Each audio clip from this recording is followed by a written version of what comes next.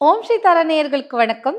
வேதவியாசர் வேதவியாசர் வேதவியாசர் சொல்றோமே தவிர, வேதவியாசர் யாரு? அவர் எப்படிப்பட்டவர்? அவர்னால பெரிய காவியங்கள் எல்லாம் நடந்திருக்கு நம்ம பூமியில. அது எல்லாம் என்னன்னு தான் பார்க்க போறோம். வேதவியாசர் யாரு? வேதவியாசர்னா எல்லாருக்குமே தெரிஞ்சது தான். வேதவியாசருக்கு முன்னாடி வேதங்கள் எல்லாம் வார்த்தைகளால இருந்தது. எதுவுமே எழுத்தின் வடிவமா இல்லாததா இருந்தது. அங்கங்க ஒரு ஒருங்கிணைப்பு இல்லாம இருந்தது. அப்படி இருந்ததுனால, வேதவியாசர் அதை எழுத்தின் வடிவமா எழுதினாரு. அதே மாரி எல்லாம் மொத்தம் ஒரே இடத்துல இல்லாதபடிக்கு, வேதங்களை 4ஆக பிரித்தார். வேதவியாசர்னாலே என்ன மீனிங்னா, வேதங்களை பிரித்தவர்னு அர்த்தம். வேத்வியாஸ் அப்படின்னு ஹிந்தியில சொல்லுவாங்க. வேதங்களை 4ஆக பிரித்தவர்னு அர்த்தம். இல்ல வேதங்களை பிரித்தவர். அத நம்ம 4ஆக பிரித்தவர்னு சொல்றோம். என்னென்ன வேதம்? எல்லாருக்குமே தெரியும். என்ன வேதம்? ரிக், யஜுர், சாம அண்ட் அதர்வண வேதா. இந்த 4 வேதங்கள். இந்த 4 வேதங்களும் அது மட்டும் அல்லாது பல உபனிஷத்கள் இதெல்லாம் அவரு எழுதியிருக்காரு. அதுக்கான வேலையெல்லாம் செஞ்சிருக்காருன்னு தெரியும். இப்போ கொஸ்டின் என்ன வருது அப்படின்னா, இவர் தனியா செஞ்சாரா?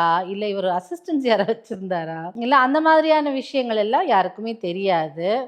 இல்ல யார் சொல்படி இவர் செய்தார்? அப்படிப்பட்ட விஷயங்கள் எல்லாமே தெரியாது. வேதங்களை பிரித்தவர் மட்டும் தெரியுமே தவிர வேற ஒண்ணும் கிடையாது. இந்த வேதவியாசரோட பிறப்பே ஒரு வித்தியாசமான பிறப்பு.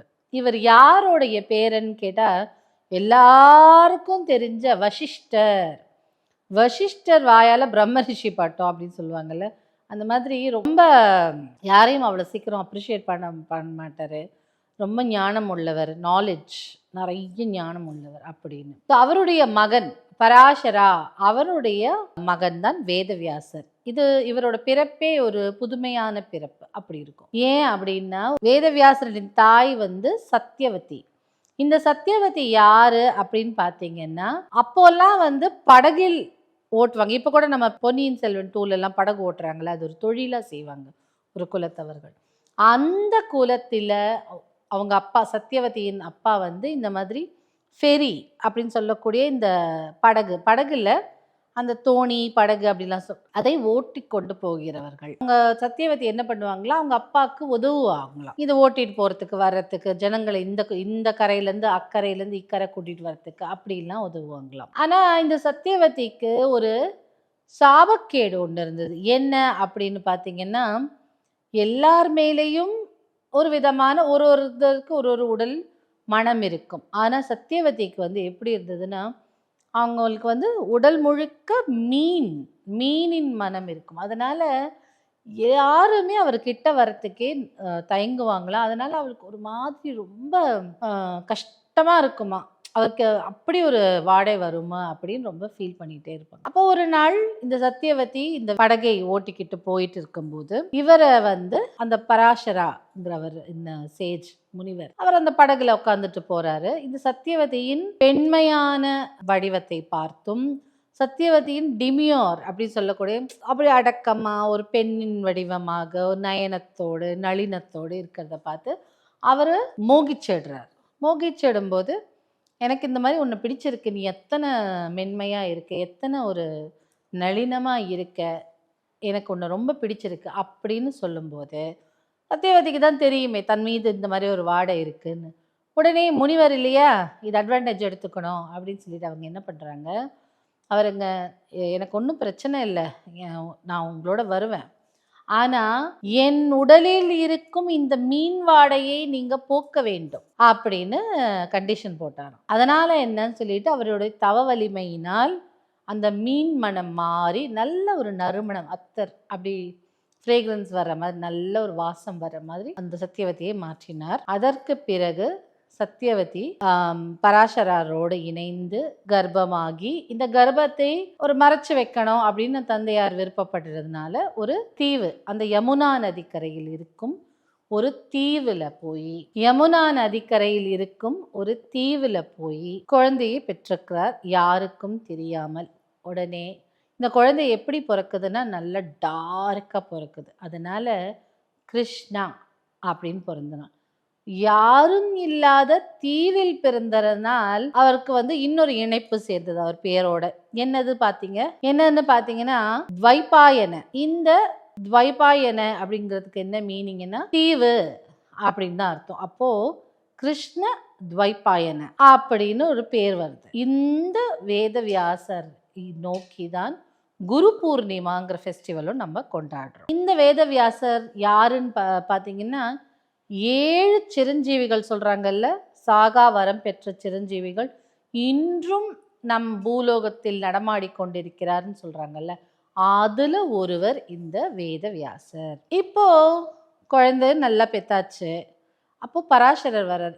இவன் வந்து என் மகன் அல்லவா, நான் எடுத்துக்கொள்கிறேன் அப்படின்னு எடுத்துக்கிறாங்க. அப்போ காட்லி பவர்ஸோடு வசிஷ்டர் அவரோட பவரோடு பராசரோட பவரோடு இந்த குழந்தை பிறக்கும்போது சாமானிய குழந்தை அல்ல, ரொம்ப அறிவுள்ள குழந்தையாகவும் ஞானமுள்ள குழந்தையாகவும் நல்ல பவர் கொண்ட குழந்தையாகவும் பிறக்கிறாங்க. அந்த டைமில் என்ன பண்ணுறாருன்னா, இவர் என் குழந்தைய எனக்கு கொடுத்துரு, நான் என்ன போய் வளர்த்துக்கிறேன் அப்படின்னு சொல்லி பராசரை கூட்டிகிட்டு போயிட்டார். உடனே அந்த தந்தை என்ன பண்ணுறாங்க, இந்த சத்தியவதிக்கு யாரை கல்யாணம் பண்ணி கொடுக்குறாங்கன்னா சாந்தனுங்கிற ஒரு ராஜாக்கு சத்தியவதியை திருமணம் செய்து தராங்க.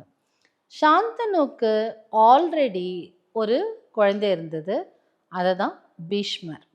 பீஷ்மருக்கு அப்போ சத்தியவதியின் தந்தைக்கு பயம், இங்கே பீஷ்மருக்கு குழந்தை சாந்தனு இங்கே பீஷ்மருக்கு வந்து அடுத்த யுவராஜா பட்டம் கொடுத்து ராஜாவாக்கிடுவாங்களோ, என் மகனின் வயிற்றில் பிறக்கும் குழந்தைக்கு அந்த வாய்ப்பு இல்லாமல் போகுமோ அப்படின்னு அவர் டென்ஷன் ஆனதுனால பீஷ்மர் என்ன சொல்கிறாரு, கவலைப்படாதீங்க, நான் வந்து கல்யாணம் பண்ணிக்கவே மாட்டேன், நான் இந்த மாதிரி பிரம்மச்சரியத்திலே இருக்கேன், நான் எந்த வித காலத்திலும் இந்த பதவிக்கு ஆசைப்பட மாட்டேன், இந்த சிம்மாசனத்தில் அமர மாட்டேன் அப்படின்னு ஒரு விஷயத்த சொல்லிட்டு அவர் அப்படியே சந்நியாசத்திலேயே ஆனால் எல்லா உதவியும் செய்வார், இருப்பார். சத்தியவதிக்கும் சாந்தனுக்கும் 2 குழந்தைகள் பிறக்கிறார்கள். சித்ராங்கதான் விசித்திர வீர்யா அப்படிங்கிற ஒரு குழந்தைகள் பிறக்கிறார்கள். இந்த சித்ராங்கதாங்கிறவங்க வந்து கந்தர்வர்கள் சண்டையிடும் பொழுது அவர் மரணத்தை சந்திச்சிடுறாரு. இந்த விசித்திர வீரியா வந்து எப்பவுமே உடம்பு சரியில்லாமல் இருந்ததுனாலும் அவர்களும் சித்ராங்கதா கந்தர்வர்களால் தோற்கடிக்கப்படுறார், மரணிச்சிடுறார். அதுக்கப்புறம் விசித்திர வீரியார் வர்றார், அவரும் வந்து உடம்பு சரியில்லாத இருக்கிறதுனால அவரும் சீக்கிரமாகவே இறந்துடுறார். அப்போ விசித்திர வீரியாவும் இறந்ததுனால அம்பாலிகா கணவனை இழந்துட்டு குழந்தையும் இல்லாமல் இருக்கிறதுனால பீஷ்மர் கிட்ட போய் கெஞ்சுறாரு இந்த சத்தியவதி, பீஷ்மா நீ வந்து அரியணையில் அமர்ந்துக்கோ, நீ வந்து ஒரு திருமணம் பண்ணிக்கோன்னா. பீஷ்மர் நான் சத்தியம் செய்த சத்தியம். அந்த காலத்தில் வார்த்தைக்கு அத்தனை மதிப்பு இருந்தது. நம்ம அப்படிலாம் இல்லை, இப்போ ப்ராமிஸ் பண்ணுறோம் திரும்ப அப்படின்னு ப்ராமிஸ் சொல்லும்போது சின்ன வயசுலலாம் ப்ராமிஸ் சொல்லும்போது சத்தியம் சொல்லும்போது அதுக்கு முன்னாடி சேர்த்துட்டு அசத்தியம்லாம் சொல்லி விளையாடிருக்காங்க பசங்கள்லாம். அந்த மாதிரி ஒரு விளையாட்டாக எடுத்துகிட்டு பண்ணிகிட்ருக்கோம்.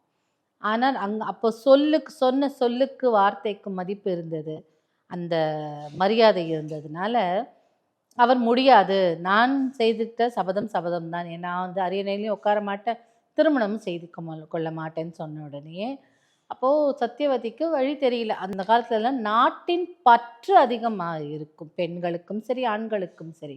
தன் நாடு தன் ஊர் அப்படின்னு தன் ராஜாங்கம் வரும்போது அப்படி ஒரு சாக்ரிஃபைசஸ் பண்ணுவாங்க. அதனால இப்போது சத்தியவதிக்கு ஒரு ஐடியா வந்தது. என்ன ஐடியா, இவங்க வந்து வேத்வியாஸ் சொன்னார்ல, நீ கூப்பிட்டா நான் வரேன்னு, அம்மா நீ கூப்பிடு நான் வரேன், என்னோட பயணம் வந்து ஆன்மீகம் தான், நான் அப்பாவோட போகிறேன்னு சொல்லிட்டு போனான்ல, அவனை இப்போ அழைப்போம் சொல்லிட்டு நீ வாப்பா என்னை வந்து பாரு அப்படின்னு இந்த அம்மா கூப்பிடும்போது அவரும் வரார். ஆனால் இவர் எப்படி இருக்காரு, நல்ல கருமை நிறம், நல்ல கருமைன்னா அப்படி ஒரு மேகம் கருக்கிற மாதிரி ஒரு கருமை நிறம். காட்டிலேயே வளர்ந்ததுனாலும் பெரிய பெரிய யாகங்களும் கடுமையான விரதங்களும் கடுமையான குளிரிலும் மழையிலும் வெயிலிலும் இருந்ததுனாலும் அவருடைய அப்போ காட்டுலலாம் நடக்கும்போது அவருக்கு எப்படி கரடு முரடாக இருப்பாங்க இல்லையா, அதெல்லாம் பார்த்த உடனே ஒரு பயம் ஏற்படக்கூடுமா. வேதவியாசர் அப்படி இருப்பாராம், அதை பார்த்த உடனே அவ்வளோ ஒரு திகிலாக இருக்கும் அப்படின்னு சொல்கிறாங்க. அப்போது இந்த தாய் சத்தியவதி வேதவியாசரை அழைக்கிறாள், நீ வந்து என்னுடைய ராஜாங்கத்துக்கு அரியணைக்கு எனக்கு பேரனை கொடு அப்படின்னு ரிக்வெஸ்ட் பண்ணிக்கிறான். வேதவியாசர் முடியாதுன்னு சொல்கிறார். இல்லை எனக்கு கொடுத்து தான் ஆகணும், எனக்கு வேற வழி தெரியல அப்படின்னு ஃபோர்ஸ் பண்ணும்போது, சரி அம்பிகா அம்பாலிகாவை அனுப்புகிறேன் அப்படின்னு ஃபர்ஸ்ட் என்ன பண்ணுறாங்க, அம்பிகாவை அனுப்புகிறாங்க. அம்பிகாவை அனுப்பும்போது அம்பிகா பார்த்த உடனே பயந்துட்டு கண்ணை முடிக்கிறா. அப்போ அவளுக்கு பிறக்கும் குழந்தை குருடனாக பிறக்கும்னு அவருக்கு தெரிஞ்சு போயிடுது. அப்புறம் தன் தாயிடம் போய் சொல்றார் வேதவியாசர், அம்பிகா இந்த மாதிரி என்னை பார்த்த உடனே கண்ணை மூடிக்கிட்டா, அதனால அவருக்கு பிறக்கும் குழந்தை குருடனாக பிறக்கும். அதுதான் திருதராஷ்டிரன், கௌரவர்களின் தந்தை இல்லையா. இப்போ அம்பாலிகா உடனே அவங்க அம்மா, ஐயோ என்னது இது இருக்கிறது ஒன்றும் இப்படி போயிடுச்சு, சரி நான் அம்பாலிகாவை அனுப்புறேன்னு அம்பாலிகாவை அனுப்புறேன். அம்பாலிகா அவங்கள பார்த்த உடனே பயந்து போய் பேரஞ்ச மாதிரி வெளுத்து போய் வெளவெளேன்னு ஆயிட்டாலும். அதனால அப்படியே உடம்பெல்லாம் வெளுத்து போயிட்டு இன்னும் ஒன்றுமே முடியல, அப்படியே வீக் ஆயிட்டாலும். அப்போ அதனால வேதவியாசர் சொல்றாராம், நீ வந்து அம்பாலிகாவின் குழந்தை எப்படி இருக்கும்னா வெளுத்து போயிருக்கும், ரொம்ப உடலால் ரொம்ப சோர்வடைந்த, உடம்பு சரியில்லாதவன் மாதிரி இருக்கக்கூடிய ஒரு குழந்தை தான் பிறக்கணும்னு. அவனை எப்படி அரியணையில உட்கார வைக்கிறது, அவன்தான் பாண்டு இல்லையா.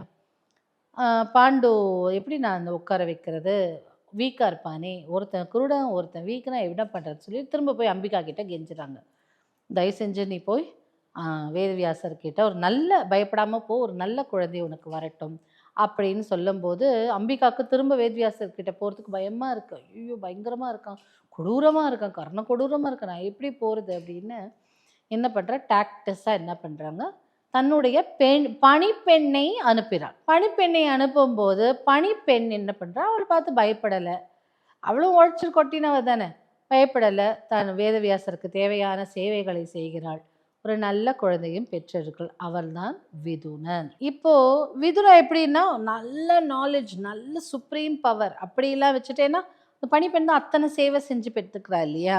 அதே மாதிரி பாலிட்டிக்ஸ்ல நல்ல நாலேஜ், ஞானம், அறிவு, எல்லா ஆற்றல் எல்லாத்துலேயும் சூப்பர் டூப்பரா இருக்காரு இந்த விதுரன். இவர்களை தாண்டி இப்போ வேதவியாசருக்கு எத்தனை மகன் ஆயிட்டாங்க, திருதராஷ்டிரன், பாண்டு, அப்புறம் விதுரா. இப்போ இவர்களை தாண்டி அவர்களுக்கு வேதவியாசருக்கு ஒரு மனைவி இருந்தது, பிங்களான். இந்த பிங்களாக்கு பிறந்த குழந்தை தான் சுகா. இந்த சுகாங்கிற குழந்தை தான் அவருடைய ஆன்மீகத்திற்கு, ஸ்பிரிச்சுவல் ஹையர் சொல்றாங்கல்ல, ஆன்மீக வாரிசு அவர்தான் அப்படின்னு சொல்றாங்க. இந்த வேதவியாசர் தான் மகாபாரதத்தை சொல்ல சொல்ல விநாயகர் எழுதினதா நம்பப்படுது.